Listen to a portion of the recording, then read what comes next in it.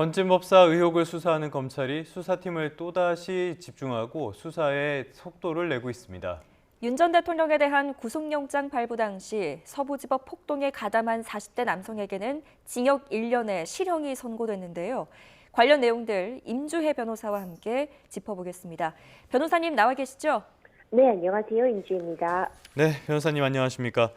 건진법사 전성배 씨와 관련된 소식부터 살펴보도록 할게요. 지금 검찰 쪽에서 인원을 증언했다고 하는데 지난 2월에 이어서 또 한 번 증언을 했다고 해요. 그렇다면 그만큼 수사할 부분이 많다는 뜻으로 봐야겠죠?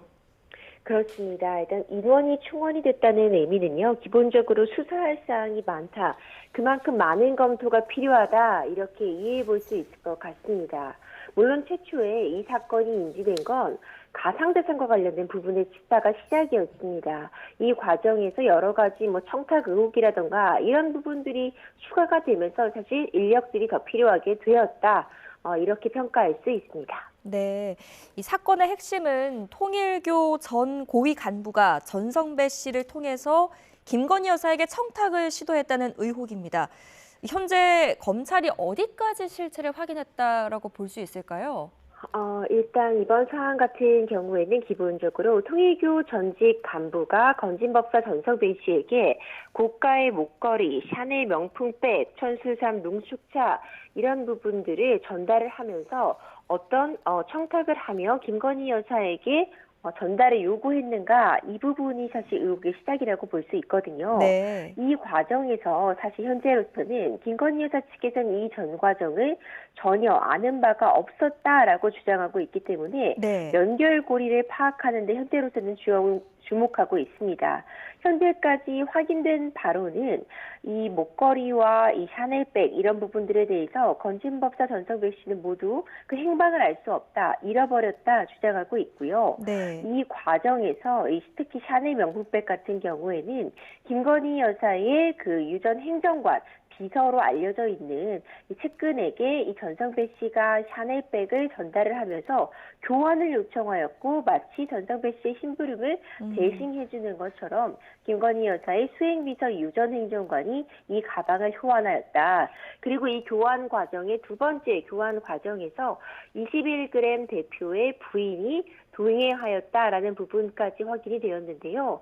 지금 가방을 교환하는데 동행하는 것으로 알려진 21g 대표 부인은 이 21g이 또 이 대통령 공관에 대한 그 공사를 진행하면서 수의 계약을 맺어서 네. 한 차례 논란이 되었기 때문에 김건희 여사와의 연골거리가 있는 것 아니냐 하는 이야기들이 나오고 있는 상황인 겁니다. 네, 말씀하신 것처럼 지금 얽혀진 부분들이 많기 때문에 그렇죠. 이 수사 결과에 따라서 파장이 커질 것 같거든요. 일단 이 파장이 어느 정도까지 좀 커질 거라고 전망을 하십니까? 일단 이번 사안 같은 경우에는요. 김건희 여사에게도 어떤 수사, 혐의점을 적용할 수 있느냐가 쟁점이 되어 보입니다. 네. 이전의 디올백 수수 논란과는 다르게 지금 통일교 전 간부가 캄보디아 사업권이라던가 기타 어떤 청탁의 목적으로 접근을 했고 이런 청탁의 내용들이 김건희 여사에게 전달이 되었으며 그에 대한 도가로서 수수된 금품이냐 이 부분이 사실 수사기관에서 지금 밝히고자 하는 핵심으로 보여지고요. 네. 만약 이런 부분들이 사실로서 드러나게 된다면은 결국 뇌물죄라던가 알선수수죄와 같은 혐의들이 적용될 여지가 있기 때문에 네. 그 수사의 파장이 상당하리라고 예측이 됩니다. 네, 김건희 여사는 지금 현재 여러 건의 수사를 받고 있는데 건진법사 의혹 사건에서는 현재 김 여사는 참고인 신분입니다. 피해자로 전환 가능성은 어떻게 보세요? 가능성은 현재로서 열려 있습니다. 지금은 이제 피의자 그 참고인 신분으로 어떤 조사가 진행이 되고 있다고 하도 혐의점, 그러니까 이런 상황들을 알고 있었다. 그리고 이런 상황들을 알고 있는 것에서 그치지 않고 구체적으로 어떤 청탁 이런 부분을 알선하기 위해서 이 수수가 된 금품이었다라는 부분들이 확인이 된다면은 이때는 사실 알선수재라던가 뇌물죄 같은 부분들이 문제가 될 수 있습니다. 네. 이전에 디올백수수 같은 경우에는 청탁금지법으로 다뤄졌습니다. 그때는 이 디올백수수 과정에서 어떤 청탁이나 직무 관련성 부분이 찾을 수 없었기 때문인데요. 이 청탁금지법에서는 어떤 공직자 배우자의 금품수수를 금지하고 있지만 처벌하는 규정은 두고 있지 않아서 무혐의 처분을 받았던 것이고, 만약 이번에 이 샤넬백 수수와 관련해서는 어떤 청탁의 존재, 그리고 공직자와 유사하게 어떤 영향력을 끼칠 수 있는 사람이 이런 부분들을 중간에서 알선하고자 했다, 이런 부분들이 입증이 된다면 이때는 처벌도 가능한 상황이어서 전환 가능성도 있다고 보여지는데 수사 상황이 매우 중요할 것 같습니다. 알겠습니다. 다음 사건도 살펴보도록 하겠습니다. 마블 캐릭터인 캡틴 아메리카 복장을 하고 주한 중국 대사관에 난입한 혐의를 받는 이 남성, 캡틴 코리아라고도 불리는 것 같더라고요. 법원에서 실형을 선고받았습니다. 1년 6개월의 실형. 재판부의 판단 배경 어떻게 보고 계십니까? 그만큼 어떤 사안을 좀 중대하게 보았다라고 보여집니다. 징역 1년 6개월 실형이 구형이 되었다는 건 상당 부분 이제 법원에서도 사안을 중대하게 인식하고 처벌의 필요성이 높다고 판단된 것으로 보이는데요. 결국 대사관이라는 공간이 굉장히 높은 정도로 그 보안이라던가 안전관리가 필요한 곳이라는 점도 반영이 되었을 것 같고요. 이 난입의 과정이 있어서 피해도 상당하다는 판단도 배경이 되었지 않았을까 생각이 됩니다. 예. 이 남성은 계엄 당시에 중국인 99명이 체포됐다는 가짜뉴스를 제보한 인물이기도 합니다. 이 부분은 법적으로 문제가 없을까요? 그렇죠. 이런 부분이 저는 양형에 있어서 함께 참작이 되었다고도 보이기도 합니다. 네. 물론 검찰은 3년을 구형했기 때문에 이보다는 적지만 징역 실형이 나왔기 때문에 이 정도라면 엄중한 판단이라고도 볼 수 있거든요. 이런 99명이 체포됐다, 이런 가짜 뉴스를 제보했기 때문에 네. 이 부분도 사실상 특정인의 어떤 명예를 훼손했다거나 이 자체가 바로 모욕죄로 구성이 되기에는 어려운 부분이 있겠지만, 네, 이런 부분들도 어느 정도는 영향을 끼치지 않았을까 생각이 됩니다. 알겠습니다. 다음 사건 비슷한 사건인데요. 윤 전 대통령 구속영장 발부 당시에 서부지법 폭동에 가담한 40대 남성에게 징역 1년이 선고됐어요. 전반적으로 봤을 때는 서부지법 폭동 관련자들에게 실형 선고, 굉장히 중형들이 잇따르고 있는데요. 엄중한 사안이라고 법원이 봤다, 이렇게 판단을 해봐야겠죠? 그렇습니다. 계속해서 실형이 내려지고 있습니다. 이전에도 지금 수사가 마무리되고 재판에 넘어가는 순서대로 피고인들에 대한 재판 결과가 나오고 있는데, 기본적으로 특수공무집행 방해, 지금 이 법원 내에서 지금 통제가 되고 있는 경찰 인력들에 대해서 무력을 사용해서 이거 진입을 한 부분이라던가 물건을 파손하는 부분에 대해서 특수공무집행 방해 혐의라던가 재물손괴, 이런 부분들을 굉장히 무겁게 다루고 있는 것 같습니다. 네. 계속해서 잇따라 실형이 선고가 되고 있는데, 그러니까 초범이라고 해도 이 부분과 관련해서 끼친 위험성이라던가 죄질이 좋지 못하다는 판단이 계속해서 반영이 되어 있는 것이 아닌가 싶고요. 네. 우리 법원에서 이런 법원에 대한 무력 진압이라던가 강제적인 진입, 그에 따른 재물 손괴라던가 공무원들에 대한 폭행을 엄중하게 바라보고 있다는 점이 잘 드러나지 않았나 싶습니다. 네. 또 취재진을 폭행한 혐의로 기소된 또 다른 인물이 있는데, 이 인물에게는 징역 1년에 집행유예 2년을 선고했습니다. 이 인물에게 집행유예가 내려진 이유는 뭘까요? 사실 어떤 양형이라는 것은 여러 가지 부분들이 반영이 되게 됩니다.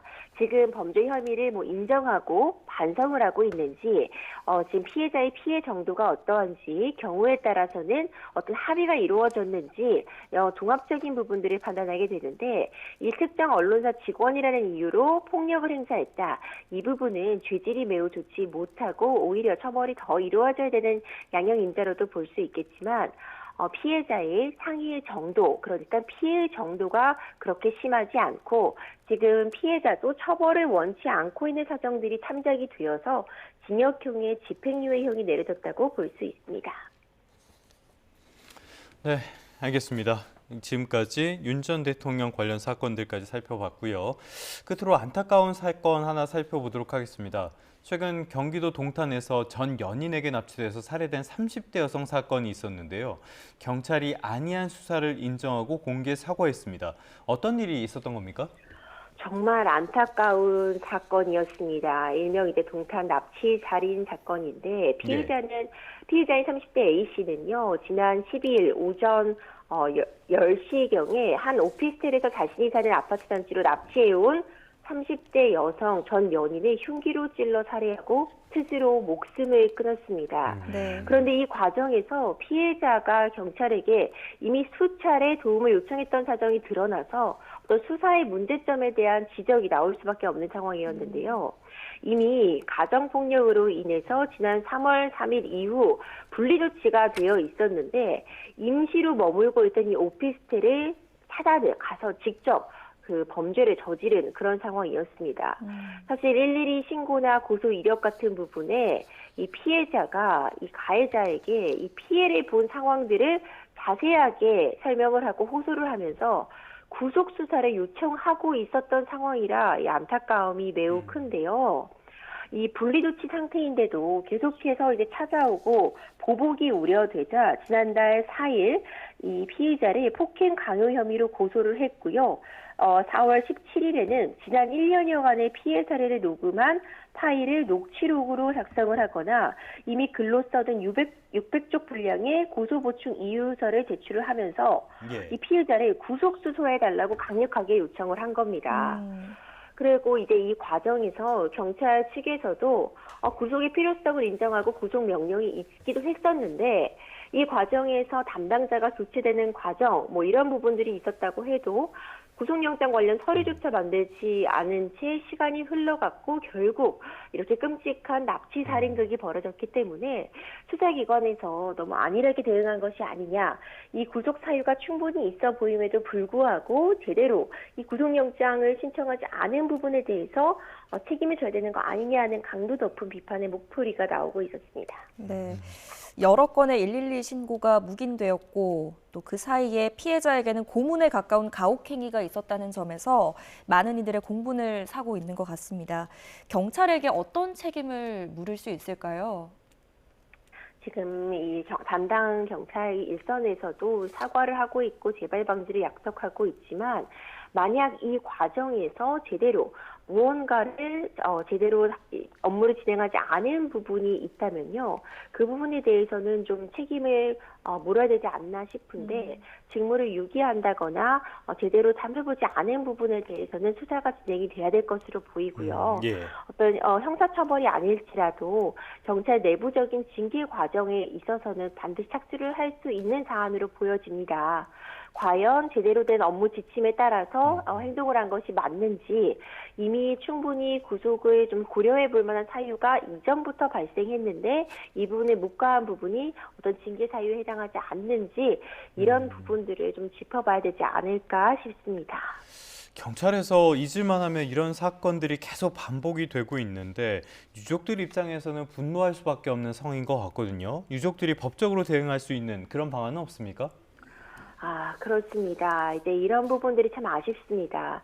물론 우리가 일명 이제 교제 폭력 이런 부분들이라고 얘기를 하기도 하고 스토킹 범죄라고 이야기를 하기도 하는데 스토킹 관련한 법령들이 이제 좀 더 개비가 되면서 처벌 규정들은 만들어져 있습니다. 이번 사안 같은 경우에는 사실상 가정폭력이 아닌 오히려 교제폭력으로 처리를 하면서 그에 따른 조치가 제대로 이루어지지 못한 부분도 좀 지적을 할 수 있는 부분이라고 보여지고요. 다만 이와 관련해서도 사실상의 어떤 강제적인 분리 조치, 접근 금지 명령 같은 부분이 이루어진다고 해도요. 접근 금지 명령이 있어도 실제로 접근하는 그 가해자를 피해자 입장에서는 속수무책으로 바라볼 수밖에 없는 형국이거든요. 이와 관련해서 좀 더 실효적인 대책, 아예 접근을 원천적으로 좀 막을 수 있는 부분이 없는가, 스마트워치 같은 부분이 지급이 되어도 피해자 입장에서는 당황하거나 좀 너무 혼란스러운 상황에서는 스마트워치를 제대로 작동하기도 어려운 상황입니다. 네. 이런 위치 추적 같은 기능 외에도 추가적으로 어떤 가해자를 실질적으로 좀 확실하게 분리할 수 있는 부분들에 대해서 좀 심도 있는 논의가 예. 이루어질 시점이라고 보여집니다. 네, 피해를 줄일 수 있었던 참극이었던 만큼 재발 방지를 위한 확실한 대응책이 마련돼야겠습니다. 지금까지 임주혜 변호사와 함께했습니다. 잘 들었습니다. 감사합니다.